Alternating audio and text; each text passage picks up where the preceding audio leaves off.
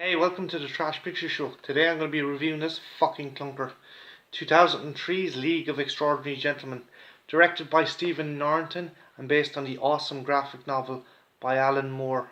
It is a awesome story of Victorian heroes thrown together into a team to fight evil. The comics are amazing, but the film was a fucking unmitigated disaster. First off, you had Norrington fresh off the success of Blade. He had a lot of pressure on his hands because Fox wanted another kind of property that was up there with X-Men.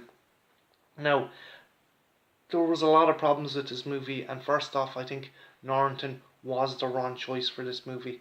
While he had done a cool adaptation of another comic book in the format of Blade, I think League of Extraordinary Gentlemen was too studio centric and too big of scale.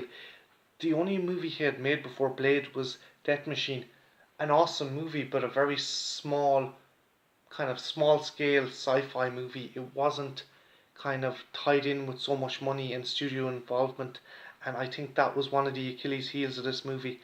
The second thing was 20th Century Fox wanted Sean Connery.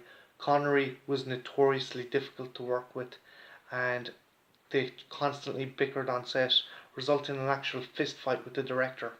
This in lieu caused both Norrington not to direct another movie, and Connery ended up retiring from acting.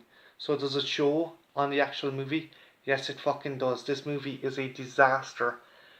The acting is wooden, the script is shite, the visual effects don't even hold up for the time. You have a couple of good things. Some of the actors are pretty awesome. Shane West is cool as Tom Sawyer, who wasn't in the comics but was put into this to kind of get the American audience invested. A lot of them wouldn't have known kind of different characters from the more kind of British stories. You also had Tony Curran as the Invisible Man, who was pretty cool. He was pretty sly and he was a bit of a red herring. Then you had Peter Wilson, who you might know from the TV version of La Femme Nikita. She was cool as Mina Harker, a vampire-esque kind of creature.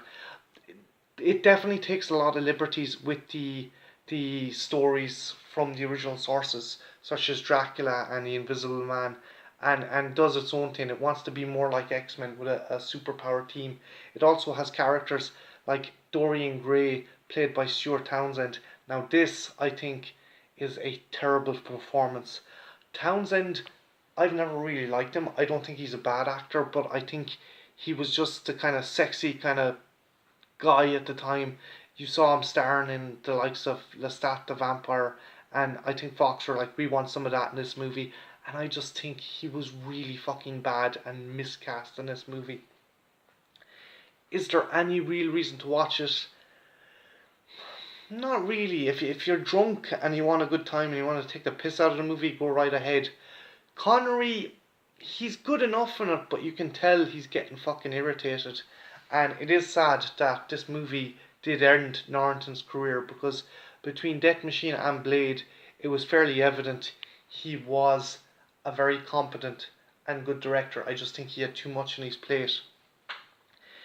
If you want to try and experience League of Extraordinary Gentlemen in a kind of cool way, read the graphic novel. The graphic novels are pretty awesome. Alan Moore, you can't go wrong. He wrote Watchmen.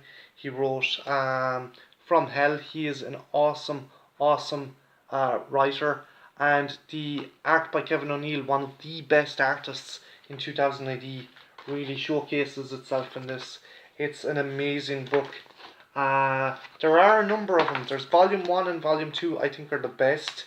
If this isn't comics for kids now, it is incredibly gory, and there is a lot of sexual kind of content in this.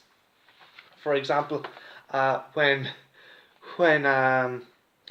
the Dr. Jekyll, Mr. Hyde finds out that the Invisible Man attacked Mina Harker and sold his friends out to the Martians. He rapes it. He rapes the Invisible Man to death because he can actually see him when he's in monster form. And yeah, that's there. It's a fucked up comic. The latter books aren't great. They're not terrible, but you can definitely tell that Moore has lost his luster, and they just seem to go more for shock value. The first one, Century 1, is set in 1910. The next one is in 1969 and 2009.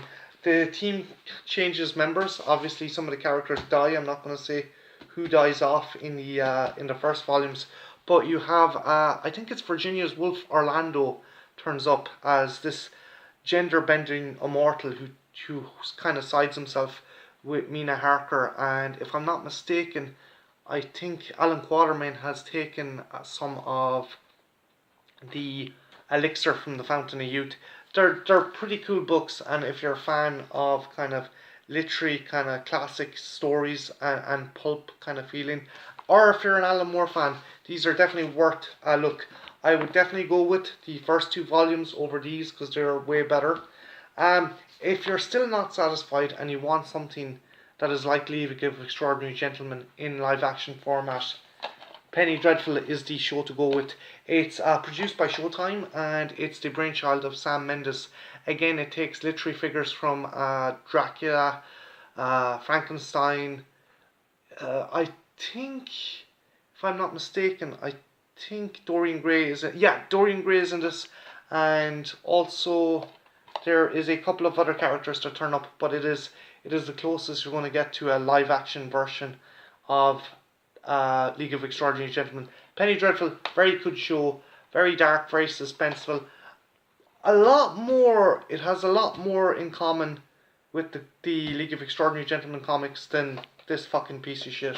So, that's my review of League of Extraordinary Gentlemen. As I said before, if you want to just have a fucking laugh at a movie's expense, that's the way to go. It is pretty sad that kind of killed Stephen Norrington's career, but I guess that's the way the industry goes. My name's Martin. This has been the Trash Picture Show. Like, subscribe, and have a good one. Take care. Bye now.